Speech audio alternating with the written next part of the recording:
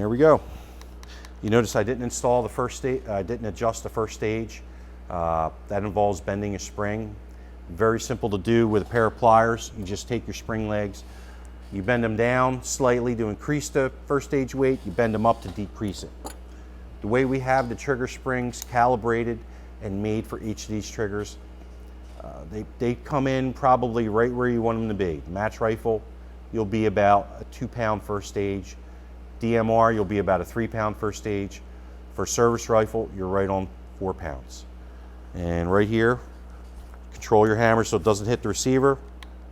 You have a beautifully linear first stage, icicle, crisp break. This is about a 4-pound or so trigger. We'll look here at some trigger scans. We have a mechanism here that pulls the trigger in a fixture, and as it measures the pull of the trigger, it also measures the force required to actuate it. This scan right here is a M4A1 trigger, essentially identical to an AR-15 trigger, except that the civilian AR-15 triggers are noticeably worse than this one.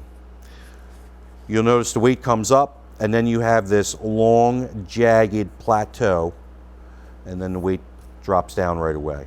In order to drop this hammer, you've got to pull this trigger up to 7 to 8 pounds and rip it off that sear while you're ripping across all those jaggedy points. The whole point of a trigger is to set the cartridge off without the weapon moving. That's the whole point of it. Right here, it's readily apparent you cannot do that. You're putting 7 pounds into about a 7-pound weapon. You're going to move the weapon when you pull this trigger. It will shift. You may not notice it in close range shooting or anything like that, but as soon as you try to do any type of accuracy work, you are not going to get that accuracy out of your weapon that it's capable of. You'll also notice down here, this apparatus also measures the lock time. This triggers a 9.4 millisecond lock time. Over here is a trace of our DMR. You'll notice we come right up to about 3 pounds, and then we have this very linear plateau right here, very linear. And right here, you'll see a small vertical line that comes up and a little bump. That's your second stage. When you pull this trigger, you pull it up to 3 pounds, you pull through some very smooth slack. This is reversible. As you pull through to the second stage, if you decide you don't want to take your shot, you can release it, it goes right back down. Can't do that with a stock trigger. You're always pulling through those jaggedy points. You come right up to your second stage. At the instant you want to take the shot, you look at the differential here, it's probably under a pound. That's all it takes. Pound more pull in order to discharge the weapon. This apparatus that we have also checks the lock time, just like the other one here on the Geisley trigger. Geisley trigger has a lock time 4.4 milliseconds versus almost 10 for a standard AR-15 trigger. In comparison, a Remington 700 is about 2.5 milliseconds. So it's very close to a bolt gun lock time. This is very important when you're trying to do accuracy work or you're shooting for groups. There's also another design feature of this hammer which I do not mention in written literature because I don't have a way to really check it, but it's something that I designed into the hammer back in 2004. This hammer is extremely light. It has our exclusive I-beam profile to it. It has a very small strike face here that just reaches up, and the hand is what smacks the firing pin. In this hammer, I designed the center of percussion to be very close in line with the center line of the firing pin. And what this does is it decreases the amount of reaction force into the receiver of the weapon through the pivot pin. If you've ever swung a baseball bat and hit a baseball and you hit it on the sweet spot of the baseball bat, you'll feel almost no force or anything in your hand. You'll know right away that when you hit that baseball, you got a good hit and that thing's going to take off. Same with a golf club. If you hit it off the sweet spot on your baseball bat, it stings your hand. If you hit it off the sweet spot on your golf club, you can feel a dead sound, and you know that that golf ball is not going to go where you want it or as far as you wanted it. Same thing with a hammer. The stock hammer, when it smacks that firing pin, puts a lot of that energy, the kinetic energy imparted to the hammer from the hammer spring, puts it into the weapon and disturbs your aim. If you've ever taken a scoped rifle, or if you're slung up prone with a service rifle or NRA match rifle, you drop the hammer of a stock hammer, you'll see your sights move. With this one here and the center of percussion near the firing pin, there is very little movement, if anything, of those sights. When it drops, you will think that this hammer is too weak to set off the firing pin, because there's no thunk. It's just a smooth type of sh. That's all it is. First thing that a lot of people say when they see this is, man, that light hammer, that's not going to be able to set off a primer consistently. In fact, it's putting more energy into that firing pin than a stock hammer. It's not putting energy back into the weapon through the receiver, so your sights aren't moving. The hammer will set off any ammunition, any hard primered military primers, any 308. It'll even set off steel cased, hard primered Russian cartridges. Lock time is very important in any type of a firearm. With our 4.4 millisecond that comes out of this DMR trigger, it really helps with snap shooting, or in the case of high power shooting, it helps it with your offhand. The first shot I ever fired with this trigger right here was an offhand shot, and this was back in May 2004.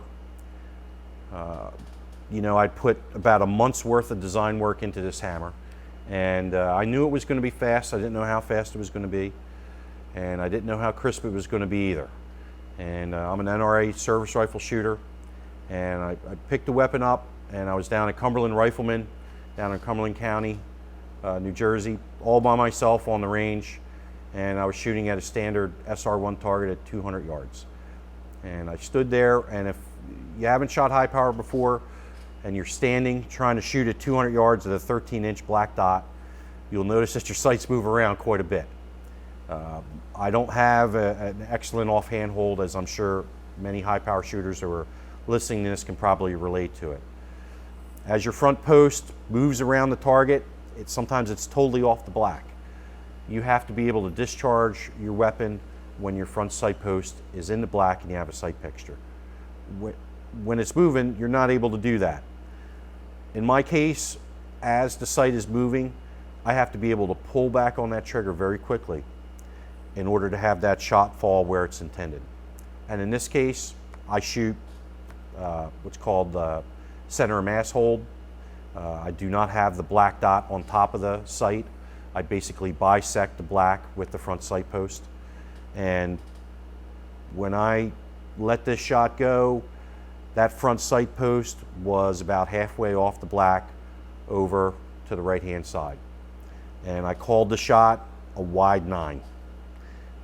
If you've ever, you know, your older guys will relate to this. If you've ever watched a movie, older movies, real movies, you'll be watching them and you'll be seeing something on the movie screen and the reel will break and you'll see a blank screen in front of you. Well, for a couple seconds after that film has broken, you'll be able to visualize that last moment of the film, and you can describe what was happening in there, even though it's not on the screen in front of you. And it's the same thing with being on call when you're shooting offhand.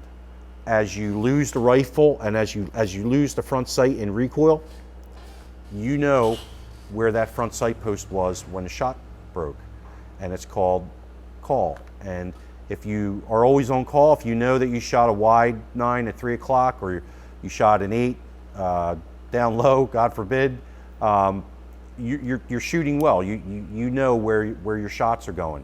If you think you shot out to the right and you shot out to the left, well, there's a problem. There's a problem with your weapon, or you're jerking it or something like that.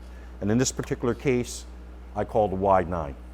And when I went and looked through my spotting scope, It was actually at 10 at 3 o'clock. With this 4.4 millisecond lock time in this trigger, you are within your call in high power. So many shooters have told me how much of a difference this trigger makes in their scores. It's unbelievable. I had one fella, he would shoot consistently in the lower 180s. Your score, of course, that you're trying to perfect score in offhand is 200. By putting in this trigger, he went up into the lower 190s. He said he gained a consistent 12 points with this trigger.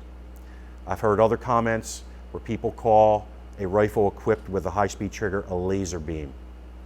I've heard some shooters say that this trigger reads your mind. The break is so sharp that there is no need, in order to put additional pressure like a single stage trigger and try to have the trigger break when you're not expecting it. You may have been taught that when you were, when you first learned to shoot when you were a kid, that you want to try to pull the trigger and not expect when it breaks. Not with this trigger. This trigger directly connects your finger and your brain with the inanimate. The animate and the inanimate are connected very nicely with this trigger. It's just a thought, and you can break the shot. Now, I know what you're thinking, that this cat is whacked trying to sell you this trigger and making all these claims. Bill Geisley is not a salesman. I cannot sell things. The only thing I can do is design things that sell themselves.